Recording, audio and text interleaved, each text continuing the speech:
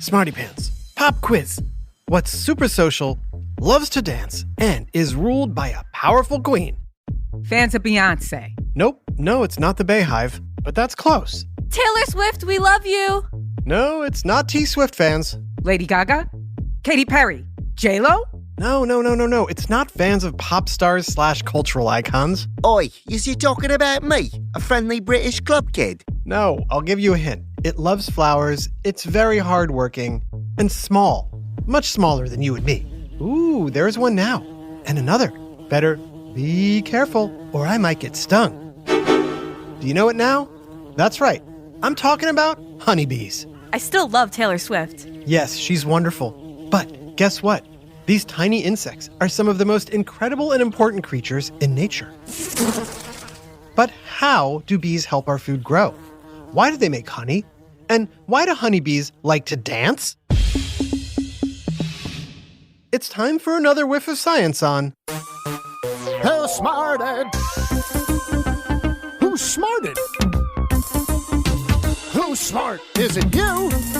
Is it me? Is it science or history? Listen up, everyone. We make smarting lots of fun on Who Smarted. Buzz, buzz. Buzz, buzz. Excuse me, ladies. What's buzzing? Huh? Is this guy talking to us? I think he is. Hey, mind your beeswax, buddy. Sorry, didn't mean to bother you. I was just wondering what you two bees were doing. You know us busy bees. We're just getting back to the hive after a long day of work. Oof, my head is buzzing. Wow, sounds like you're exhausted. I was going to ask if you could share some amazing facts about honeybees with my friend who's listening, but if you're too tired... Actually, maybe we can help you and your friends out. Hi, everyone listening. Hang on, Bridge. The queen runs a pretty tight hive. She wouldn't like us chattering with this guy while we're on the job. I know, Betty. But for one thing, I think it would be good for people to hear what it's like to be a bee, from a bee's perspective. And for another thing, I could use a little break from work.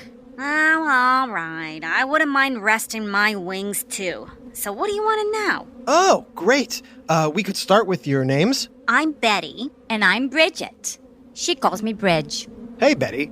Hey, Bridge. I said she can call me Bridge. Gotcha. Nice meeting you both. So you mentioned you've been working all day. What exactly do you do? What do you think? We collect nectar, of course. It's what bees do. By nectar, do you mean honey? Did I say honey? This guy. You know what? I think we need to break it down for him. Exactly. That's why I wanted to talk to you. Fine. First things first. We live in a big community of bees. Sort of like a bee city. Only it's called a colony. And how many bees are in a colony? You think I counted? There's thousands. I haven't seen the latest census, but I guess we have about 15,000 honeybees all living together in one happy hive. 15,000? That's a lot of bees. And we're only a mid-sized colony. Some honeybee colonies have 40, 50, or even 60,000 bees all living together. Talk about close quarters. You better like your neighbors. No kidding. All you listening, could you imagine living with 60,000 friends and family members all smushed together right next to each other? Yeah, pretty crazy. So, with that many bees in one place, how big would you say a bee city or colony is? Is it the size of A, an egg? B, a basketball? Or C, a car? You might have pictured a car, but if you guessed a basketball, you're right. And one of those big colonies can weigh up to 15 pounds, which doesn't sound like a lot until you realize bees weigh next to nothing. Like I said, a lot of bees. So you all live together in one colony, but do all of the bees work? Ha! No. Here, let me explain something to you. There's 3 types of honeybees. First, you got your queen. She's the boss lady. There's only one of her, and she's in charge. She's also really important because she gives birth to all the baby bees. Then there's the drone bees, the guys. They're cool looking, but they're only good for one thing. They mate with the queen so she can make more baby bees. And then there's gals like me and Bridge here. We're the worker bees. We run this joint and make things happen. So in a beehive, the women do all the work? That's right. Every day, we leave the colony and fly around looking for flowers. And we're not just talking local either. Sure, some days we only have to fly a mile to find fresh flowers, but other days we might have to fly up to 5 miles. And that's just getting there. We still have to fly back. That's a long way to go for flowers. So why are you looking for flowers? This might be a good time for one of your multiple choice quizzes. Good idea. So what do bees want with flowers? Is it their A, petals, B, nectar, or C, stem? Why the bees want B, nectar. Ah, sweet nectar. So delicious. Nectar is a sugary liquid made by plants. Look at you, smarty pants. That's right. I just Googled it. But do you know how we find the nectar? Do I look like a bee? Nope. For starters, you're a man and you're actually working, so definitely not a bee. So, how do bees find nectar in flowers? Easy. We use our eyes. All 5 of them. That's right. Honeybees have 5 eyes. We have 2 big eyes and 3 smaller eyes called ocelli. All those eyes allow us to see something truly incredible. Hidden colors. That's right. Our 5 eyes allow us to see colors on each flower that are invisible to human eyes. This helps us find special spot that holds that sweet, sugary liquid. Nectar! And that's the jackpot. We slurp up as much nectar as we can and store it in our bellies. Then it's on to the next flower. That's not all we take. We also snag some pollen to take back to the hive. It's perfect for feeding little baby bees. In case you're wondering, pollen is a powdery substance that contains a flower's DNA. But ladies, let's be honest. You can get a little bit messy when you're working, right? Hey, we get the job done, don't we? You do, but it's not exactly a clean getaway, which is a good thing. Your messiness helps the rest of us out. It does? Yep, let me explain.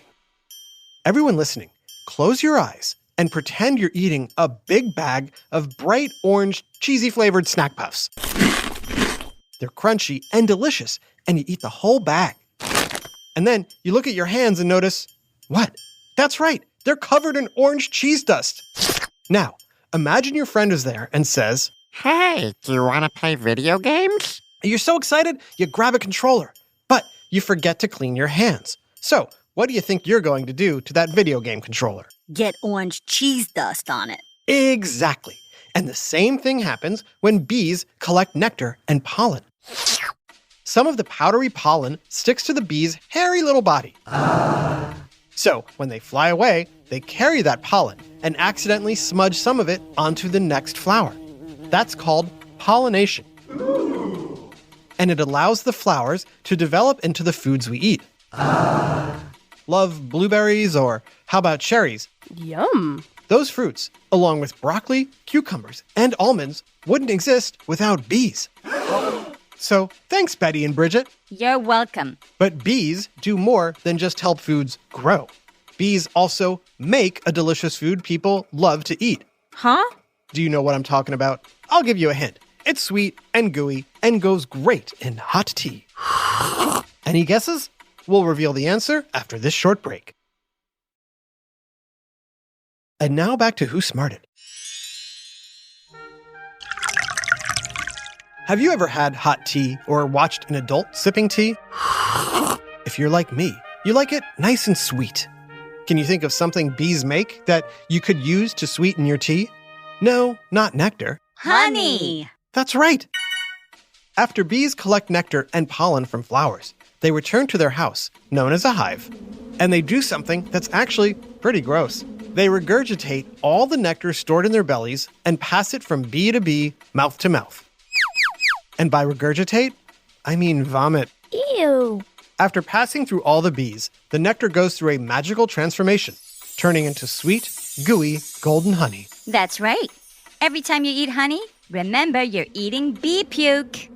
Come on, Bridge, I'm trying to drink my tea. Sorry. And I'm cool with you calling me Bridge now. Sweet. But remember, bees don't just make honey for humans. We eat it too. It keeps the whole colony fed year-round, especially in the winter. Like I said, us worker bees run the show. Oh, wait, you forgot to tell them about the dancing. Dancing? That's right. When we hit the jackpot and find flowers full of nectar and pollen, we want to let the other worker bees know.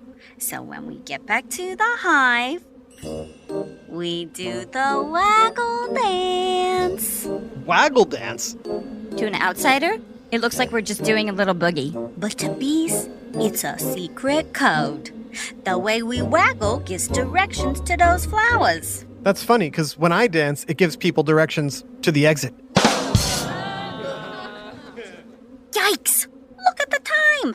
The queen's gonna regurgitate us if we don't get back to work. Any chance we could take a look at the hive? Whoa, whoa, whoa. Don't be getting too close to our hive. That's our entire world, and we'll defend it to the death. Mostly our death. If bees feel their hive is threatened, we'll sting. But if we sting, we die. Well, I don't want to get stung, and I certainly don't want you to die. So thanks for talking to us. See ya. Wouldn't want to be ya. Haha, not bad, right? I give it a B. B-. A big shout out to Jackson in Wichita Falls, Texas. Thanks so much for listening to Who Smarted. This episode, Bees, was written by Katie Rolnick and voiced by Jenna Hoban, Charlotte Cohn, Gia Davis, Max Kamaski, and Jerry Colbert. Additional voices, technical direction, and sound design by Josh Hahn. Who Smarted is recorded and mixed at the Relic Room Studios. Our associate producer is Max Kamaski. The theme song is by Brian Suarez, and the lyrics were written and performed by Adam Queen B. Davis. Who Smarted was created and produced by Adam Davis and Jerry Colbert. This is an Atomic Entertainment production.